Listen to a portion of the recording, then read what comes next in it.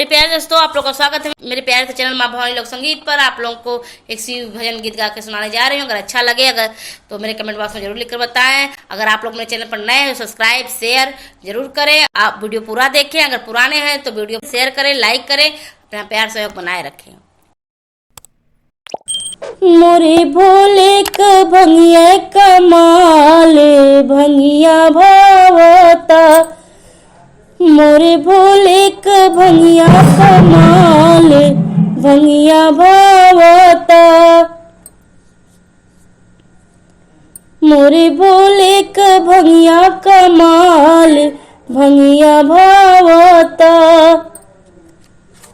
मोरे भोले क भंगिया बवाल भंगिया भावता, सबके तभावेला मेवाई मिसरी, सबके तभावेला मेवाई मिसरी, अरे भोले क भंगिया बवाल भंगिया भावता, मोरे भोले क भंगिया बवाल भंगिया भावता, मोरे भोले क भंगिया कमाल भंगिया भावता, मोरे भोले क भंगिया बवाल भंगिया भावता,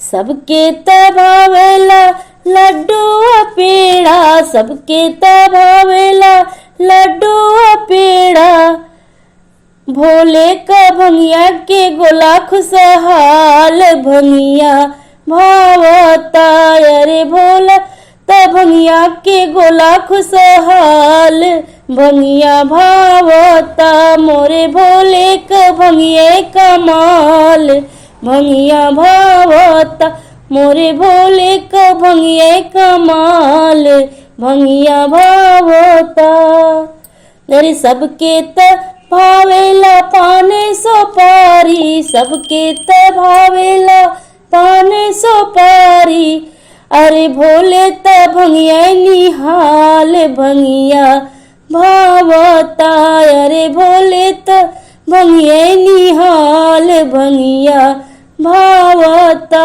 मोरे भोले क भंगिया कमाल भंगिया भावता, मोरे भोले क भंगिया बवाल भंगिया भावता, सबके तभावेला लौंग इलायची, सबके तभावेला लौंग इलायची, अरे भंगिया त घोटे महाकाल भंगिया भावता, अरे भंगिया त घोटे महाकाल भंगिया भावता, मोरे भोले क भंगिया कमाल भंगिया भावता, मोरे भोले क भंगिया कमाल भंगिया भावता, भंगिया मोरे भोले क भंगिया कमाल भंगिया भावता, मोरे भोले क भंगिया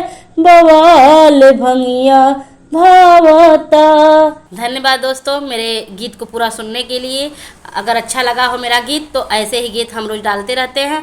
आप लोग सुने, मेरे चैनल को सब्सक्राइब शेयर बेल आइकन जरूर दबाइएगा। अगर आप लोगों को कोई और पसंदीदा अपना गीत सुनना हो तो मेरे कमेंट बॉक्स में लिख कर जरूर बताएंगे।